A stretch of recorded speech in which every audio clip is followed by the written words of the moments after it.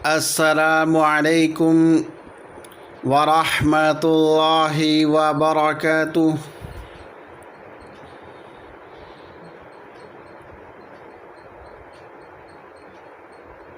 بسم اللہ الرحمن الرحیم۔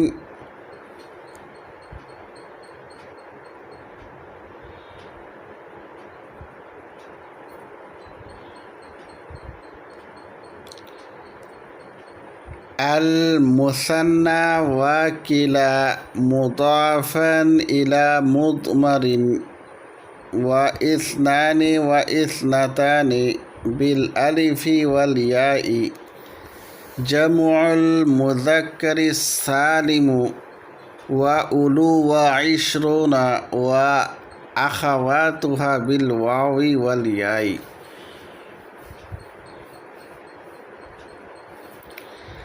آج کے سبق میں اس مختصر سی عبارت میں صاحب کافیہ نے 6 قسموں کا اعراب بیان کر دیا۔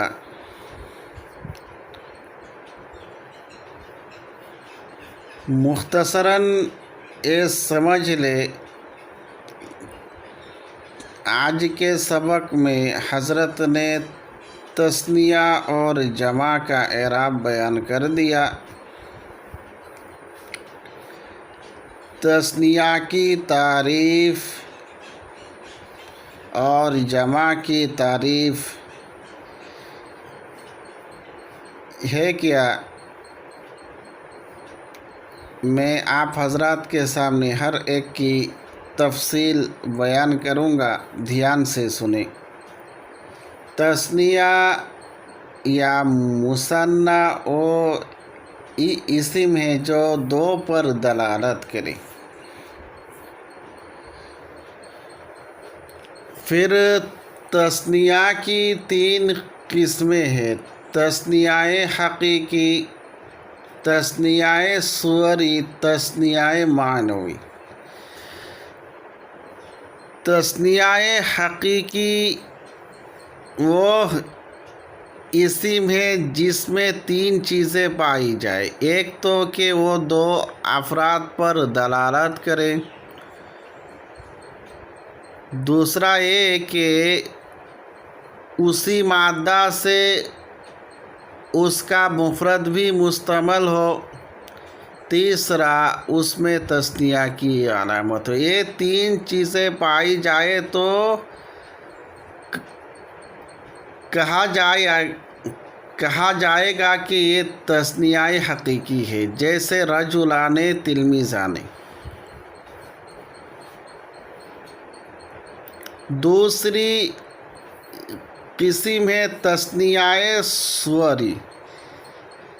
تثنیہ صوری وہ اسم ہے جس میں صرف 2 باتیں پائی جائے۔ ایک تو 2 پر دلالت کر رہا ہو، دوسری یہ کہ اس میں تثنیہ کی علامت پائی جا رہی ہو، جیسے اثنان و اثنتان۔ تیسری قسم ہے تثنیہ معنوی۔ تثنیہ معنوی وہ اسم ہے جس میں صرف ایک بات پائی جائے کہ وہ 2 پر دلالت کرے، جیسے کلا اور کلتا۔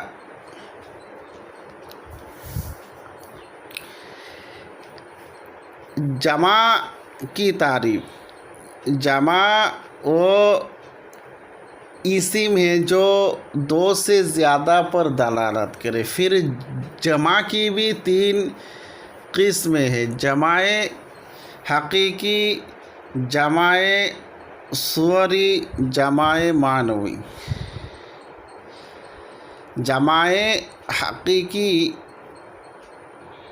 ہونے کے لیے بھی 3 شرطیں ہیں کہ وہ 2 سے زیادہ پر دلالت کرے۔ دوسری چیز یہ ہے کہ اسی مادہ سے مفرد بھی اور تثنیہ بھی بن رہے ہو۔ تیسری چیز اس میں جمع کی علامت بھی پائی جائے، جیسے مسلمون۔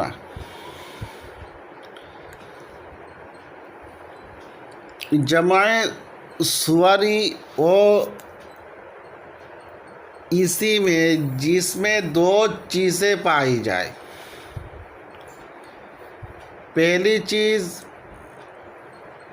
ہے وہ دو پر دلالت کر رہے ہو اور تثنیہ جمع کی علامت اس میں ہو، جیسے 20. تیسری قسم ہے جمع معنوی. جمع معنوی اور اسی میں جس میں صرف ایک چیز پائی جائے کہ وہ دو سے زیادہ پر دلالت کر رہے ہوں، جیسے اولو. ان 6 قسموں کا اعراب: تثنیہ حقیقی اور صوری.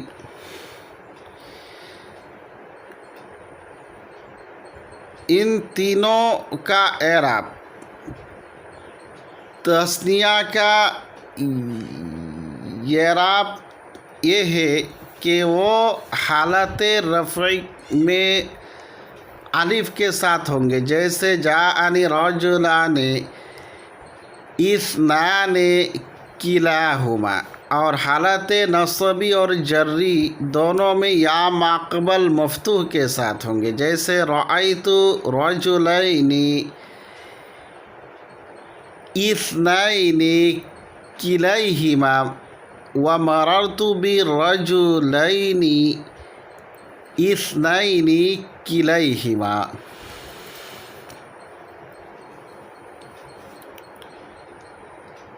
اور جمع کی تینوں قسموں کا اعراب ہے: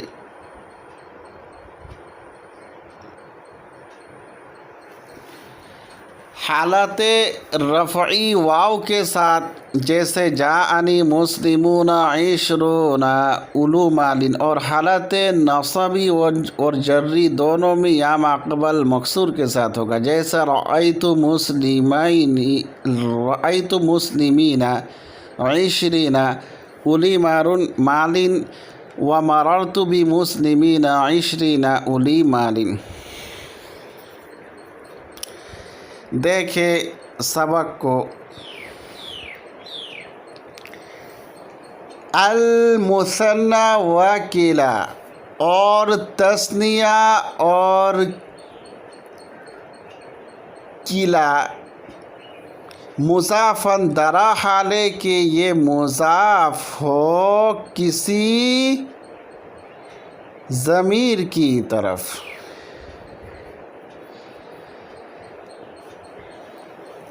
صاحب کافیہ نے صرف تثنیہ سواری میں سے صرف کلا کا تذکرہ فرمایا، کلتا کا نہیں کیا. تو جواب یہ ہے کہ کلا اصل ہے اور کلتا فرع ہے. جب اصل کو بیان کر دیا تو فرع خود بخود اس میں شامل ہو گیا. تو شرط یہ ہے کہ یہ اس میں ضمیر کی طرف مضاف ہو، کیونکہ اگر یہ اس میں ضمیر کی طرف مضاف نہ ہو بلکہ ظاہر کی طرف، بلکہ وہ اس میں ظاہر کی طرف مضاف ہو تو اس پر اعراب بالحرکت تقدیری ہوگا، جیسے جاءنی کلا الرجلین، رأیت کلا الرجلین، مررت بکلا الرجلین. تو یہ ہوگا. و اثنان و اثنتان بالالف والیاء. حالت رفعی الف کے ساتھ ہوں گے اور حالت نصبی اور جری یا ماقبل مفتوح کے ساتھ ہوں گے. جمع المذکر سالم اور جمع مذکر سالم اور اولو اور 20 و اخواتها اور اس کے ہم نظیر اور 20 کے ہم نظیر، جیسے